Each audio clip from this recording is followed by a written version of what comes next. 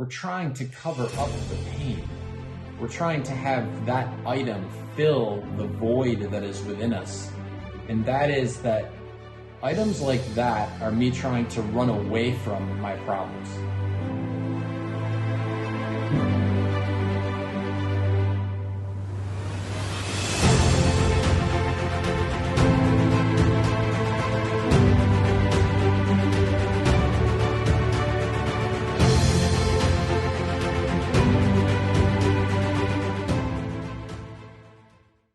I wanted to start with your story first. We see people without purpose in their life. For instance, getting pleasure from spending money. What is your advice to them, please? I think the reason that people don't naturally find their purpose usually is because there are literally billions of dollars spent in advertising to convince people that some product or some service is the key to happiness, is the key to their purpose. When you see a car commercial and it shows the car driving down this particular road and it's beautiful and the person looks so happy in the car and they look successful and it looks like they are totally fulfilled because of that car.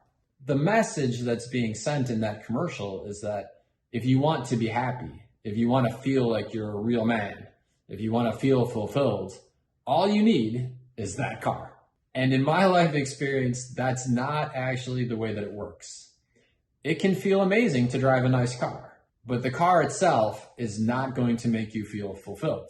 And so I think one of the big aha moments in life is to realize that something is fulfilling because you choose for yourself and you realize it's fulfilling for you. It's not fulfilling because someone told you that it was fulfilling in an advertisement. And so allowing yourself to realize that difference to me is one of the keys to being happy and to living your purpose. The perfect example of that is what we were talking about a little bit before we started recording, which is, so when my daughter was 5, we took a year and we backpacked around the world with her. Those experiences, those memories mean more to me than anything I could ever buy in the world, because it's in alignment with my purpose. Not only does it create a great experience for whenever I'm going through it, but the memory of it is a great experience too. Like every time I think about that year of traveling, it makes me smile again and again and again. I completely understand. This experience is key. Thank you. So again, why does this short-term pleasure not last long for them? At our core, we're looking for something that is meaningful. And so a purchase like that, whether it's a car, whether it's a piece of jewelry, sort of high-end luxury goods, we're trying to cover up the pain. We're trying to have that item fill the void that is within us, and hoping that when I buy that, then I'll feel better about myself. I'll feel better about life. I'll feel more fulfilled. And I will say there's one piece of this which has really been life-changing for me, Kelly. And that is that items like that are me trying to run away from my problems. So I'm hoping that if I buy that and it makes me feel happy or fulfilled, that I can run away. And running away from the life we don't want is not nearly as effective as running towards the life that we do want. Now, that means you have to know in your heart what is the life that I do want, but it's so worth the effort to figure that out as opposed to trying to cover up the pain with something else. Yeah, hiding from the pain and feeling the void, that is very profound. Yeah, that was a very big aha for me. Can you pick your top 3 tips for finding one's PFE and share with us, please? Sure. My first suggestion would be that is putting yourself into situations where you are not distracted. So nature, take out all the technology, and ask yourself the question that is the very first question that the character discovers in the cafe on the edge of the world. And that question is, why am I here? The more you ask that question, you're going to start to get clues from your unconscious mind. You'll have random thoughts that pop up. And over time, it starts to become more and more clear, like this is what my purpose is. Another technique, we referenced this a little bit ago also, which is asking yourself, who's living my dream life? And in conjunction with that question, I would ask the question, why? Why is that my dream life? Is it that they have a lot of time off? Is it that they're an adventurer? Is it that they get to spend a lot of time with their kids? Is it that they have kids? So asking why that version of dream life seems so appealing can be very, very powerful. My third one is, and we talked about the difference between what most people experience during the work week and what they experience on the weekend. So it's interesting to ask ourselves, what would my life look like if the fun things I do on the weekend became part of my weekday? So for example, if you love bird watching, right? And that's what you love to do on the weekend. And what your skill is that you're really good at is marketing. Then ask yourself, who's doing marketing work for the bird watching community?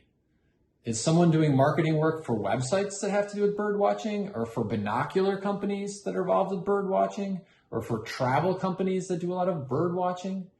Because the more you can bring the things that you love to do on the weekend into what you do Monday through Friday that you get paid for, the more you find that your life is in alignment with your purpose.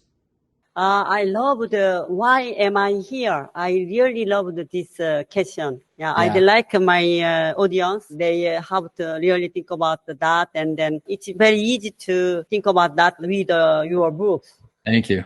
What are some reasons that finding PFE at a younger age, if possible, is such a great way to achieve a lifetime of happiness and success? The earlier you identify your purpose, then the more time you have to become a master of whatever that is. Imagine how many people you could study to become a master of being an entrepreneur. And imagine the amount of life experience that you can gain because you're starting so early. I would rather fail early towards my dreams because every failure is an opportunity to learn something. What we don't want to do is to repeat the same failure time and time again. And so I would rather learn that as early as possible. And the earlier I know my purpose, the earlier I can embark towards it and become a master of it. There's less stress in life when you know your purpose because you don't have to go through the process of, should I do this or should I do that? You know, the stress of decision making. When you know your purpose, it's just so easy. You know, this is the direction that I want to go. And so when opportunities come your way, it's easy to say yes or no, depending on whether they're aligned with your purpose. The last thing I would say is, it just gives you this incredible sense of clarity. And that clarity enables you to align your resources, again, your time, your thoughts, your energy, your financial resources, all towards the thing that you have decided for yourself is the reason that you're on the planet. If we allow ourselves to have that clarity earlier in our life, like we were talking about, and we allow ourselves to find great role models, we still will probably encounter challenges. I think that's part of the way the game of life is designed. But the route to achieving our purpose can be a lot smoother and a lot faster if we do it that way. When I was younger, I didn't realize these things. How has your life changed after you learned about it? Can you tell us about your version of before and after?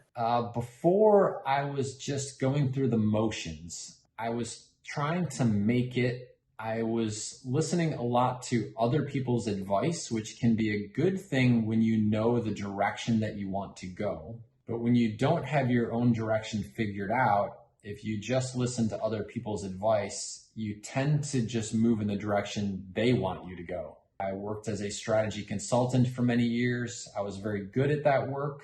And it's just that I didn't have a heart connection to the work. I didn't feel like I was fulfilling my purpose. I felt like the days were just going by. And I think that can happen even with something that you love, that it's time for that to end and it's time for you to move on to something else. So for myself, even though I was very good at that work, even though my life was by most definitions pretty good by that point, I just felt it was time to move on. So I left it all when I was in my early 30s, backpacked around the world on $40 a day, and saw the world, experienced different cultures. I went to Africa for the first time, which was life-changing for me. And it was from that experience of backpacking around the world that I was inspired to write The Cafe on the Edge of the World.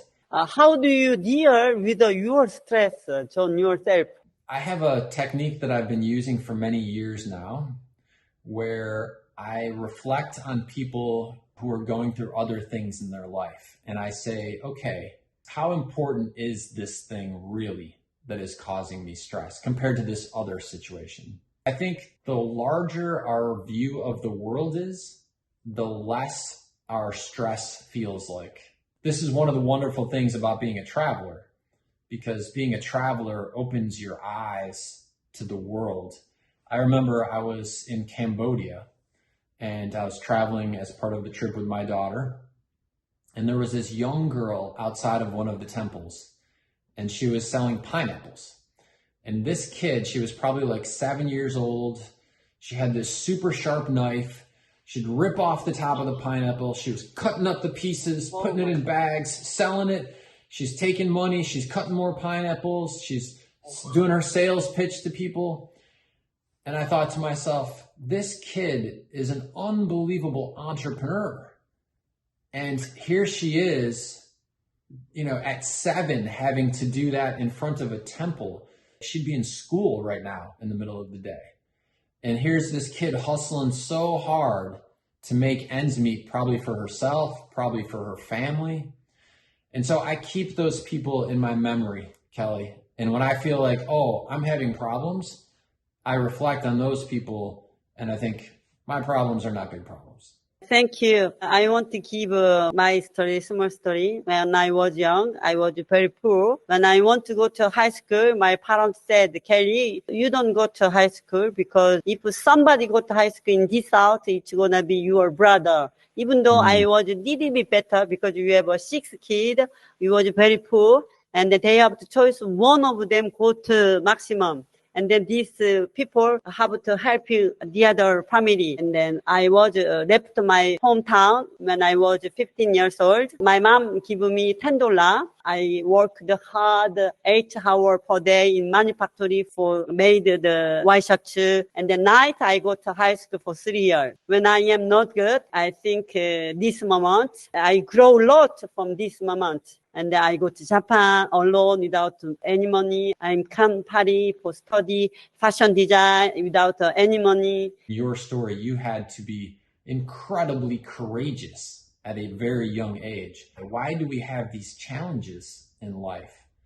I think in part it is the challenges which, when I overcame them, gave me the courage to then go live the life that I wanted to live. Your story involves so much hardship and so many challenges, it makes your story that much better to inspire someone else.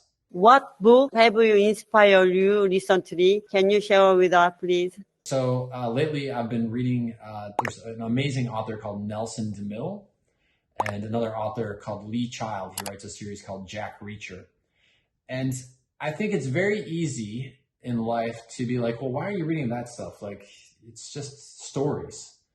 But great writing, great stories transport us to another place. It's the reason that Harry Potter is successful. It's the reason that any other action, thriller, adventure type series is successful. And so if someone is listening to this and they used to love to read for the sheer joy of reading, I encourage you to find a series of books or an author that you love. And then in addition to that, I came across a book recently called How Rich Countries Get Rich and Why Poor Countries Stay Poor.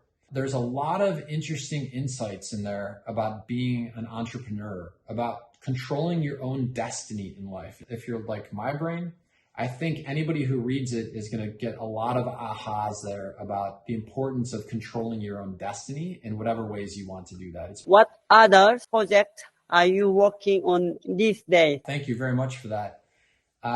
So there are 4 books in the Cafe series. And so hopefully we can do an interview as each of them come out in the Korean language. That would be fun. and talk about what the experiences have been like and what the fans' reactions are, and I would love that. And then in addition to that, there's the one that I referenced, which is the Big Five for Life, which has the Museum Day concept.